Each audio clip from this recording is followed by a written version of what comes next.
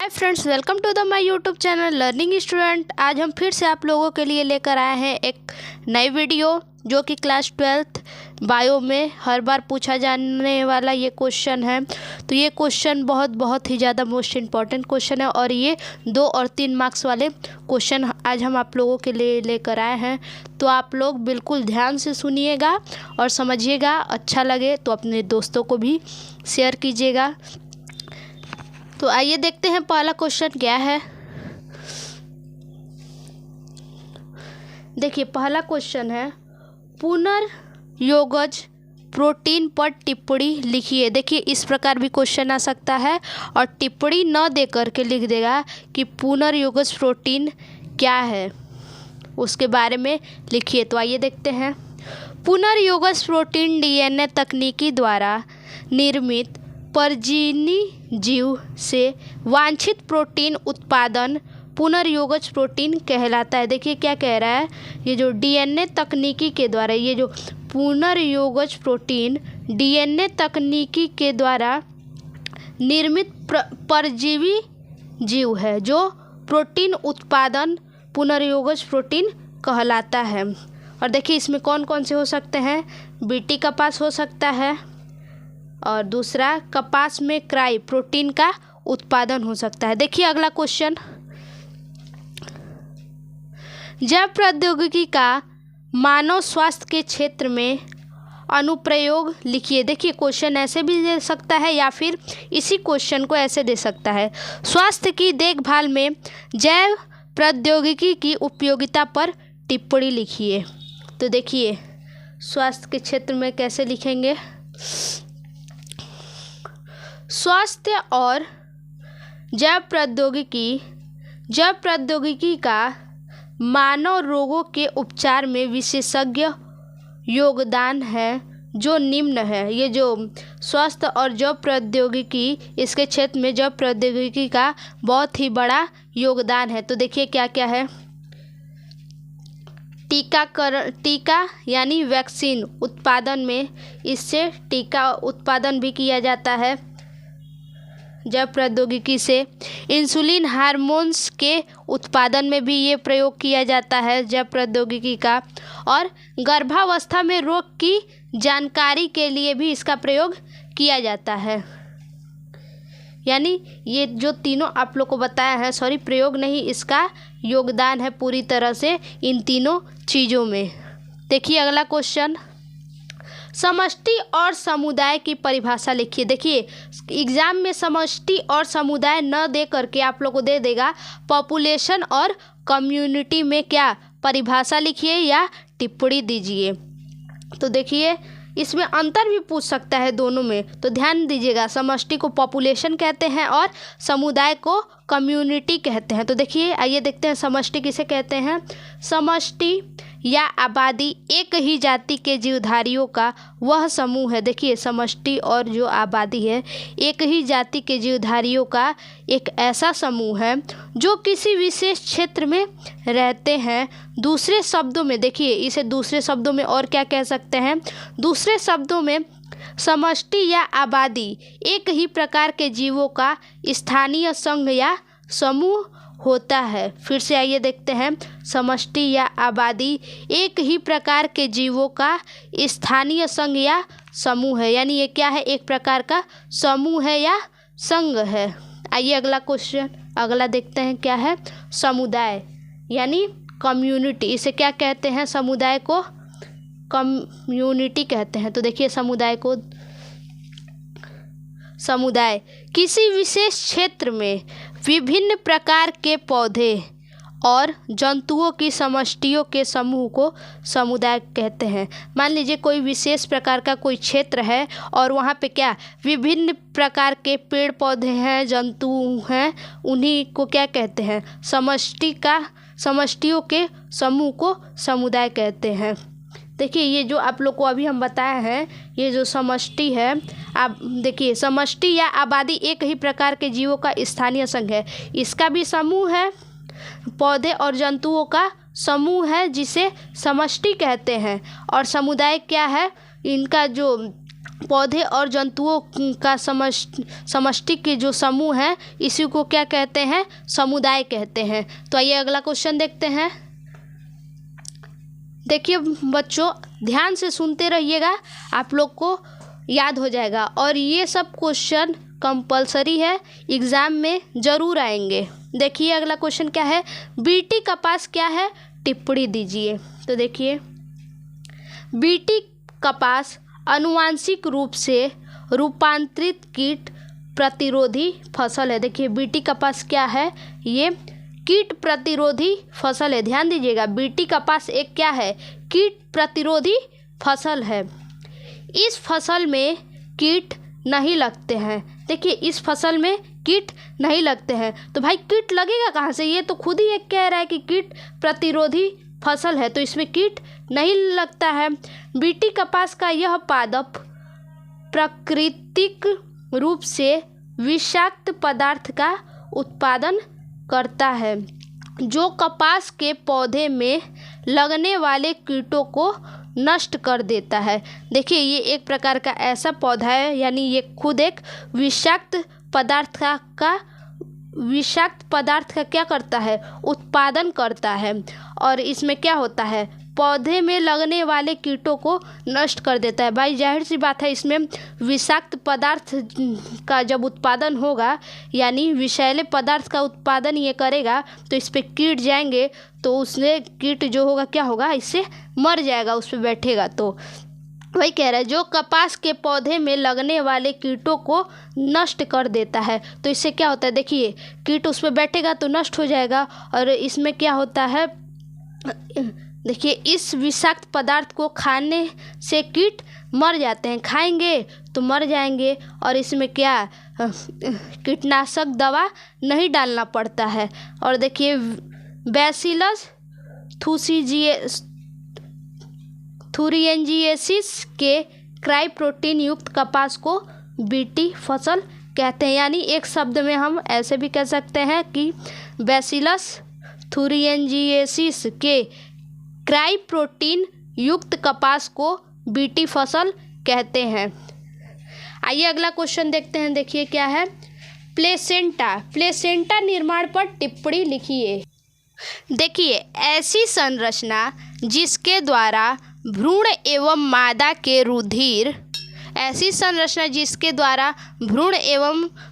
के रुधिर में पदार्थों का विनिमय होता है। यानी देखिए गर्भ में जो माँ के गर्भ में जो बच्चा होता है उनका किससे संबंध होता है, तो प्लेसेंटा से संबंध होता है, यानी उनके नाभि से अटैच होता है बच्चे का नाभि, उन्हीं से उन्हें क्या रक्त पोषण सब प्रदान होता है, उसी से बच्चों का विकास होता है उनके गर्भ में।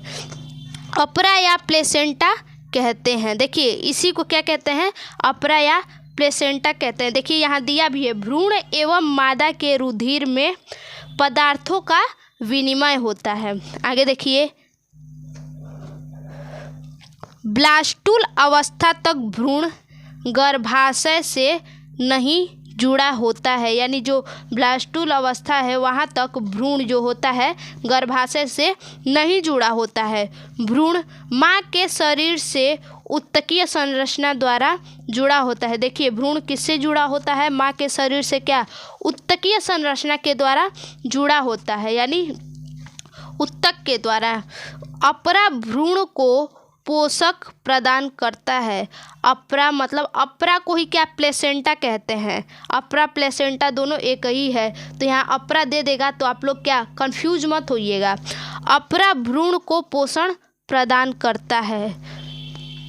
अपरा भ्रूण के उत्सर्जी पदार्थों को माँ के शरीर में स्थानांतरित करता है। ये जो अपरा जो होता है ना, भ्रूण के उत्सर्जी पदार्थ को, जो उत्सर्जी पदार्थ यानी जो बच्चा होता है भ्रूण में, उसी को कह रहा है कि माँ के शरीर में स्थानांतरित करता है। यानी भ्रूण को ये भ्रूण के द्वारा बच्चे को खान पान सब मिलता है। अपरा एस्ट्रोजन व प्रोजेस्टेरॉन, यानी अपरा क्या है, एस्ट्रोजन व प्रोजेस्टेरॉन हार्मोन्स का स्रावन करता है। देखिए इसको ध्यान दीजिएगा, हो सकता है ऑप्शनली में भी ये पूछ सकता है। अपरा एस्ट्रोजन व प्रोजेस्टेरॉन हार्मोन्स का स्रावन करता है। अपरा भ्रूण का रोगों से सुरक्षा करता है। ये जो अपरा होता है ये क्या होता है, भ्रूण का रोगों से क्या करता है, सुरक्षा करता है। आगे देखिए अगला क्वेश्चन। देखिए अगला क्वेश्चन है बीटी फसल क्या है, टिप्पणी दीजिए। तो देखिए बीटी फसल क्या है। आजकल फसल ज़्यादा से ज़्यादा उर्वरक का इस्तेमाल, रासायनिक खाद का उपयोग करने के बाद भी उपज सही तरीके से नहीं हो पा रहा है। देखिए आजकल क्या है, ये जो खाद का, रासायनिक खाद का इस्तेमाल ज़्यादा किया जा रहा है, फिर भी उपज क्या हो रहा है, अच्छे तरीके से नहीं हो रहा है। इन सभी समस्याओं से बचने के लिए बीटी एक ऐसी फसल का निर्माण किया है। देखिए ये जो अच्छे तरह से उपज नहीं हो रहा है उसी को क्या रोकने के लिए बीटी एक ऐसी फसल का निर्माण किया है जो पूर्ण रूप से रोगों से लड़ने के प्रति सहज है। जो क्या है, ये रोगों से लड़ने में हमें प्रतिरक्षा प्रदान करता है, हमारे शरीर को नुकसान नहीं पहुंचाता है। ये जो बीटी फसल है ये हमारे शरीर को क्या है, नुकसान नहीं पहुंचाता है। इसे बैसिलस थुरिंजिएसिस नामक जीवाणु के द्वारा उत्पन्न किया जाता है। देखिए बैसिलस थुरिंजिएसिस क्या है, इसमें अभी आप लोग को बताया है कि ये बीटी कपास है, तो उसी को कह रहा है कि उसी से जीवाणु के द्वारा उत्पन्न किया जाता है। उसके ये जो जीवाणु होते हैं उन्हीं के द्वारा उत्पन्न किया जाता है। आगे देखिए, ये फसल पूर्ण रूप से कीटरोधी हैं।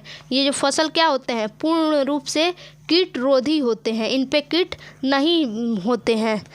यदि कीट पत्तियों को खाएंगे तो खुद ही मर जाएंगे। देखिए इनके पत्तियों पे, ये बीटी फसल जो है इनके पत्तियों पे अगर कीट बैठेगा और पत्तियों को खाएगा तो वो खुद ही क्या होता है, मर जाएगा। तो आइए अगला क्वेश्चन देखते हैं।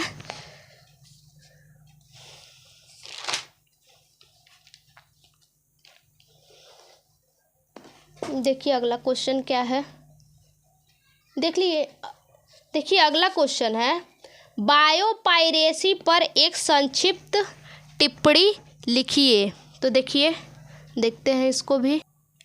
जैव रासायनिक या अन्य संसाधन के व्यावसायिक शोषण की प्रथा बायोपायरेसी कहलाती है। देखिए फिर से ध्यान दीजिए, जैव रासायनिक या अन्य संसाधन के व्यावसायिक शोषण की प्रथा बायोपायरेसी कहलाती है, जो स्वाभाविक रूप से है।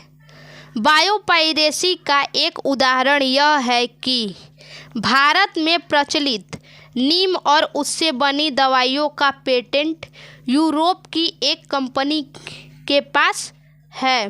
तो देखिए कहने का मतलब है, देखिए ये क्या कह रहा है कि ये पेटेंट कह रहा है। मान लीजिए कि हमारे देश में, भारत में एक पेटेंट चलाया जा रहा है, ठीक, किसी चीज़ का, और एक तरह से वो क्या है, व्यवसाय है, और उसी पेटेंट को दूसरे देश के लोग उसी पेटेंट को चलाने लगे, तो क्या उसी को क्या कहते हैं, व्यवसायिक शोषण कहते हैं। तो वही कह रहा है व्यवसायिक शोषण की प्रथा बायोपायरेसी कहलाती है। अब मान लीजिए कि उस पेटेंट को हम चला रहे हैं, अब उसी पेटेंट को कोई और देश चलाने लगा, तो अब अदर जो देश है हमारे यहाँ से जो सामान ले रहा है, पेटेंट का जो सामान ले रहा है, यानी दवाई वगैरह कुछ भी मान लीजिए बन रहा है, और जो सामान ले रहा है अगर अदर देश उस पेटेंट को चलाने लगा तो अब वहाँ से कुछ लोग सामान लेने लगेंगे। तो उसी को कह रहा है कि क्या, व्यावसायिक शोषण की प्रथा बायोपायरेसी कहलाती है। तो देखिए भारत में प्रचलित नीम और उससे बनी दवाइयों का पेटेंट यूरोप की एक कंपनी के पास है। देखिए यहाँ पे शोषण हो रहा है ना। देखिए क्या कह रहा है, भारत में प्रचलित नीम और उससे बनी दवाइयाँ, देखिए भारत में नीम और उससे बनी दवाइयों का पेटेंट चलता है, पेटेंट है जो कि क्या है, इसको यूरोप कंपनी भी चलाता है, यूरोप की एक कंपनी के पास है। देखिए यूरोप कंपनी भी चला रहा है, यानी कि अब देखिए जो हमारे देश से जो माल उठाएंगे लोग हमारे भारत से, अब यूरोप में चल रहा है, तो यानी कस्टमर क्या हुए, बट जाएंगे। अब कुछ यूरोप से भी सामान उठाने लगेंगे, तो उसी को कहा है क्या, व्यवसायिक शोषण कहा है, यानी व्यवसाय का शोषण करना। इसके अलावा भी कई भारतीय संसाधनों का पेटेंट विदेशी कंपनी के पास है। देखिए हमारे भारत में कई संसाधनों का पेटेंट है जो कि विदेशी कंपनी के भी पास है, यानी हमारे भारत का क्या, पेटेंट का ये जो कंपनी है उनका क्या हो रहा है, शोषण किया जा रहा है। आगे देखिए, बायोपाइरेसी अर्थात बायो प्लस पाइरेसी। बायो का अर्थ है जीवन और पाइरेसी का अर्थ है किसी और की बौद्धिक संपदा चुराना, यानी किसी के जैव संसाधन का बौद्धिक संपदा चुराना, इसी को क्या कहते हैं, बायोपाइरेसी कहते हैं। ये अगला क्वेश्चन देखते हैं क्या है, बायोरिएक्टर। देखिए ये एक प्रकार का मशीन है जो रोलिंग करता है। देखिए बायोरिएक्टर क्या है, एक प्रकार का मशीन है जो रोलिंग करता है। इसके द्वारा सूक्ष्म जीवों, पौधों, जंतुओं और मनुष्यों की कोशिकाओं द्वारा विशिष्ट प्रकार की एंजाइम को उत्पन्न किया जाता है। देखिए ये सूक्ष्म जीव, पौधे, जंतुओं और मनुष्यों की जो कोशिकाएं होती हैं, उन कोशिकाओं के द्वारा विशिष्ट प्रकार की एंजाइम को उत्पन्न किया जाता है। ये सबकी जो कोशिकाएं होती हैं, इनकी कोशिकाओं के द्वारा विशिष्ट प्रकार की क्या, एंजाइम उत्पन्न किया जाता है। ये कच्चे मालों से बनता है। आगे देखिए अगला क्वेश्चन। देखिए अगला क्वेश्चन है, पुनर्योगज डीएनए क्या है। देखिए कृत्रिम विधियों द्वारा नियंत्रित वातावरण में किसी भी सजीव के मूल डीएनए या सजीव के आणविक संगठन में परिवर्तन करने की विधियों एवं प्रक्रियाओं को पुनर्योगज डीएनए तकनीकी कहते हैं। देखिए जैसे मान लीजिए इस वातावरण में किसी भी सजीव का जो डीएनए है उसको कृत्रिम विधियों के द्वारा, इस वातावरण में किसी भी सजीव का जो डीएनए है उन डीएनए को कृत्रिम विधियों के द्वारा सजीव के आणविक संगठन में क्या होता है, परिवर्तन करने की विधियां एवं प्रक्रियाओं को पुनर्योगज डीएनए कहते हैं। यानी कृत्रिम विधियों के द्वारा उन सजीवों के डीएनए को क्या कहते हैं, परिवर्तन कर देते हैं। उन परिवर्तन करने की विधियों को ही क्या कहते हैं, उन प्रक्रियाओं को ही पुनर्योगज डीएनए कहते हैं। तथा इस प्रकार निर्मित डीएनए को पुनर्योगज डीएनए कहते हैं। पुनर्योगज डीएनए अणु का निर्माण दो या दो से अधिक भिन्न डीएनए अणुओं को जोड़कर किया जाता है। देखिए इसमें पुनर्योगज डीएनए अणु का निर्माण कैसे होता है, दो या दो से अधिक डीएनए को जोड़ देते हैं, तो उसी से दो या दो से अधिक भिन्न भिन्न डीएनए के अणुओं को जोड़ देते हैं, तो उसी से क्या होता है, पुनर्योगज अणु का निर्माण होता है। ये नई वैक्सीन तथा औषधियों का विकास करके स्वास्थ्य को सुधारने में भूमिका निभाती हैं। तो देखिए उसका पुनर्योगज डीएनए का उपयोग कहाँ करते हैं, नई वैक्सीन बनाने में और औषधियों का विकास करके स्वास्थ्य को सुधारने में। फिर से देख लीजिए पुनर्योगज डीएनए का उपयोग कहाँ करते हैं, इसकी उपयोगिता क्या है। तो देखिए इसको वैक्सीन बनाने में इसका उपयोग करते हैं और औषधियों का विकास करने में इसका उपयोग करते हैं। तो आइए अगला क्वेश्चन देखते हैं।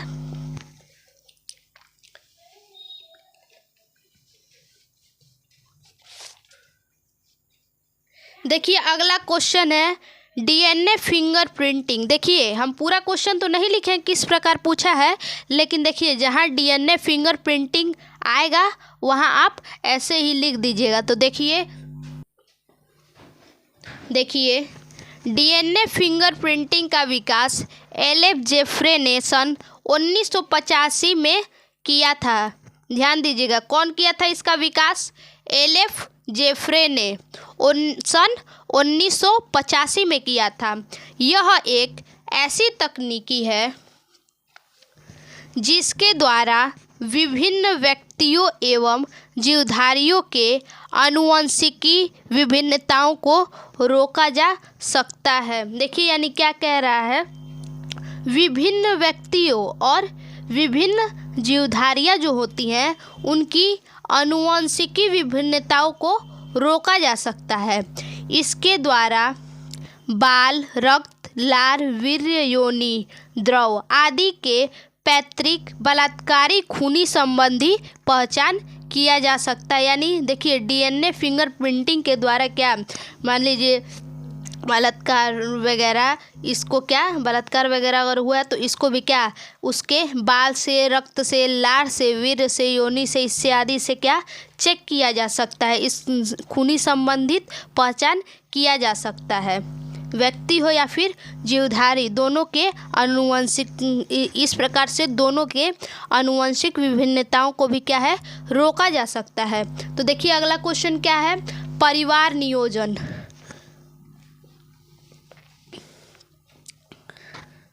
तो देखिए परिवार नियोजन यह एक ऐसी विधि है, यानी परिवार नियोजन एक ऐसी विधि है जिसके द्वारा परिवार को नियंत्रित किया जा सकता है। यानी आगे इसका विधि देखिए, इसका विधि भी पूछता है। तो विधि दो हैं, स्थायी विधि, अस्थायी विधि। तो देखिए परिवार नियोजन के दो विधियों को देख लेते हैं। देखिए स्थायी विधि में आएगा पुरुष नसबंदी और महिला नसबंदी, ये तो स्थायी हो गया। और अस्थायी में देखिए गर्भ निरोधक गोलियां, जिसमें से देखिए गर्भ निरोधक गोलियां कौन कौन सी होती हैं, एक तो सहेली होता है और दूसरा क्या मालाडी होता है। देखिए अगला क्वेश्चन, इंटरनेट से पता लगाइए कि गोल्डन राइस यानी सुनहरा धान, देखिए यहाँ धान है लेकिन राइस होगा, सुनहरा चावल क्या है। अथवा देखिए ऐसे भी क्वेश्चन कर सकता है, एक आनुवंशिक रूपांतरित पौधे का नाम बताइए। तो देखिए सुनहरा चावल यानी गोल्डन राइस परजीनी किस्म है। सुनहरा चावल क्या है, ये गोल्डन राइस परजीनी किस्म है जिसको आनुवंशिक अभियांत्रिकी द्वारा उत्पन्न किया जाता है।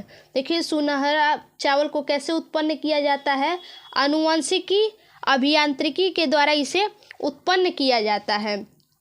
इस किस्म में बी कैरोटीन अच्छी मात्रा में होती है। देखिए इसमें क्या होता है कि बी कैरोटीन बहुत अच्छी ही प्रचुर मात्रा में पाई जाती है, जो विटामिन का मुख्य स्रोत है। ये जो बी कैरोटीन है ये क्या है, ये विटामिन का मुख्य स्रोत है। इस चावल के दाने पीले रंग के होते हैं। देखिए ये जो सुनहरा चावल कहा जा रहा है गोल्डन राइस, ये किस कलर का होता है, ये पीले रंग का होता है और इसमें ये विटामिन का मुख्य स्रोत है। और देखिए बी कैरोटीन की वजह से ये क्या, इन्हें सुनहरा चावल कहते हैं। देखिए इसमें बी कैरोटीन पाया जाता है, इसीलिए इसे क्या कहते हैं, सुनहरा चावल कहते हैं। उम्मीद है आप लोगों से कि ये क्वेश्चन ज़रूर आप लोगों को समझ में आ रहा होगा। तो आइए अगला क्वेश्चन देखते हैं। देखिए अगला क्वेश्चन क्या है, बायोगैस क्या है, इससे मनुष्य को होने वाले दो लाभ। तो देखिए बायोगैस या गोबर गैस मीथेन की प्रचुरता वाली ईंधन गैस है। यानी देखिए बायोगैस को ही क्या कहते हैं, गोबर गैस कहते हैं। ध्यान रखिएगा, यहाँ बायोगैस न दे करके गोबर गैस दे देगा कि बायोगैस या गोबर गैस मीथेन की प्रचुरता वाली ईंधन गैस है। मीथेन मतलब CH4 मीथेन की प्रचुरता वाली गैस है। ये क्या सिलेंडर में भी पाया जाता है, सबसे ज़्यादा सिलेंडर में यही पाया जाता है। ये गैस जैव भार के अवयवी विखंडन या किण्वन से उत्पन्न होता है। ये किससे उत्पन्न होता है?